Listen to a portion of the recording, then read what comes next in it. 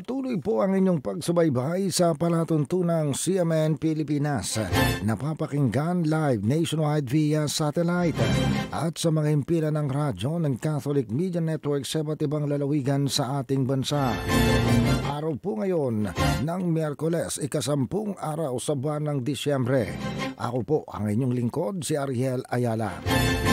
Samantala, pag-uulat mula naman sa ating CMN roving reporter sa Mindanao.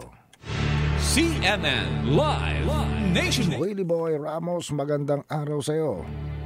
Magandang araw din Ariel, magandang araw Pilipinas, mayong adlaw mga taga Mindanao, kinon din na ng KBP, kapisanan ng mga broadcasters ng Pilipinas, Butuan City Chapter at Media Community sa Caraga Region ang pagpaslang kay Jerry Campos, isang mamamahayag sa Butuan City at kasalukuyang miyembro ng Sangguniang Bayan ng Marihatag, Surigao del Sur. Pinagsasaksak si Campos habang bumababa sa kanyang sasakyan sa Barangay Santa Cruz ng naturang bayan. Nadala pa sa pagamutan ang biktima, subalit idiniklara itong dead on arrival. Tinugis naman agad ng PNP Marihatag ang suspect at naaresto, isang Sandy Constantine Rivas, 46 anyos, na taga Puro Pinagbahaan 1, Barangay Poblasyon ng naturang bayan. Ang suspect at kinulong agad. Napag-alaman na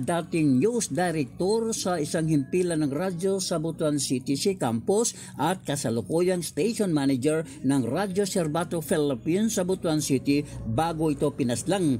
Napag-alaman din na ang suspect ay political supporter ni Campos na nanalo naman si Campos bilang municipal councilor sa Marihatag sa nakalipas na halalan. Willie Ramos, CMN roving reporter ng Mindanao Radyo Kalikasan ng City Base, nagulat ng live para sa CMN Pilipinas.